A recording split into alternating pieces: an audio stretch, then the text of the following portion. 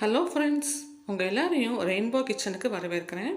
இன்றைக்கி இந்த வீடியோவில் சக்கரவள்ளி கிழங்கு எப்படி குக் பண்ணலாம் அப்படின்னு பார்க்கலாம். சக்கரவள்ளி கிழங்கு வேக வைக்கிறதுக்கு நான் சொல்கிற இந்த ப்ரொசீஜரை ஃபாலோ பண்ணுங்கள். கிழங்குடைய சுவை குறையாமல் குழஞ்சு போகாமல் சூப்பராக வேக வைக்க முடியும்.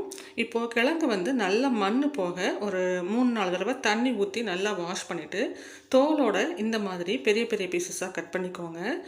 ரொம்ப பொடியாக கட் பண்ணணுங்கிற அவசியம் கிடையாது. சக்கரவள்ளி கிழங்கு நம்ம ஆவியில் தான் வேக வைக்கணும். தண்ணிக்குள்ளே போட்டு வேக வச்சிங்க அப்படின்னா, தண்ணி ஊற்றி கொதித்த பிறகு அதுக்குள்ளே போட்டு வேக வச்சிங்க அப்படின்னா கிழங்கு ரொம்ப குழஞ்சு போயிடும். அதோட கிழங்குல டேஸ்ட்டும் இருக்காது. அந்த கிழங்குடைய அந்த ஸ்வீட்னஸ் தண்ணியிலேயே போயிடும். கிழங்கு சாப்பிட்றதுக்கு சப்புன்னு இருக்கும். அதனால் சக்கரவள்ளி கிழங்கு நம்ம ஆவியில் வேக வச்சாலே போதும், சூப்பராக வெந்துடும். இப்போ இட்லி பாத்திரத்தில் அடியில் தண்ணி ஊற்றி மேலே பிளேட் போட்டுட்டு நம்ம கட் பண்ணி வச்சுருக்கிற அந்த சக்கரவள்ளி கிழங்கெல்லாம் பூரா இந்த மாதிரி மேலே அரேஞ்ச் பண்ணிவிடுங்க. இப்போ இதை மூடி போட்டு ஒரு 5 நிமிஷம் வேக வச்சு எடுத்திங்கன்னா போதும். நல்ல சாஃப்டாக வெந்திருக்கும்.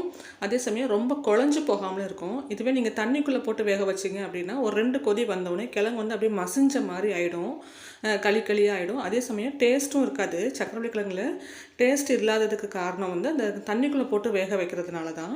இப்போ இந்த மாதிரி வச்சுட்டு மீடியம் ஃப்ளேமில் ஸ்டவ்வை வச்சுக்கோங்க. மீடியம் ஃப்ளேமில் வச்சுட்டு ஒரு மூடி போட்டு கவர் பண்ணி கரெக்டாக மீடியம் ஃப்ளேமில் 5 நிமிஷம் மட்டும் வேக வச்சிங்கன்னா போதும், சூப்பராக வெந்துடும். நான் இப்போ வெந்ததுக்கப்புறம் உங்களுக்கு காமிக்கிறேன். 5 நிமிஷம் மீடியம் ஃப்ளேமில் வச்சுருங்க. இப்போ நம்ம 5 நிமிஷம் ஆயிடுச்சு, ஓப்பன் பண்ணிக்கலாம். இப்போ பாருங்கள், முதல்ல சக்கரவள்ளி கிழங்கு வெள்ளையாக இருந்தது, இப்போ நல்லா எல்லோ கலரில் மாறி இருக்கும். இந்த மாதிரி மாறி இருந்துச்சு அப்படின்னா கிழங்கு நல்லா வெந்துருச்சுன்னு அர்த்தம். இது வெந்துருச்சான்னு ஒரு ஸ்பூன் இல்லைனா கத்தி வச்சு செக் பண்ணி பாருங்கள். இந்த மாதிரி நீங்கள் செக் பண்ணி பார்க்கும்போது கிழங்கு அப்படியே இருக்குது பாருங்கள். நம்ம எந்த ஷேப்பில் வச்சோமோ அதே ஷேப்பில் இருக்கும். இதுவே தண்ணிக்குள்ளே போட்டு வேக வச்சிங்க அப்படின்னா ரொம்ப மசிஞ்சு குழஞ்சு போயிடும். இப்போ பாருங்கள், இந்த மாதிரி சூப்பராக வெந்துடும். 5 நிமிஷத்தில் சூப்பராக வேக வச்சு எடுத்துடலாம். கிழங்குடைய டேஸ்ட்டு குறையாமல் இதே மெத்தடில் ட்ரை பண்ணி பாருங்கள். கிழங்குடைய டேஸ்ட்டு அப்படியே சூப்பராக அந்த ஒரு மைல்டான ஸ்வீட்னஸ் இருக்கும் இல்லையா, அது அந்த கிழங்குல அப்படியே உங்களுக்கு இருக்கும். இதுவே தண்ணியில் போட்டு வேக வச்சிங்க அப்படின்னா கிழங்கு சப்புன்னு போயிடும்.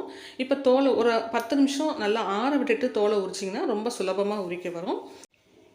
இப்போது சக்கரவள்ளி கிழங்கு நிறைய கிடைக்கிது. இந்த சீசனில் இந்த மாதிரி வேக வச்சு சாப்பிடுங்க, ரொம்ப நல்லது.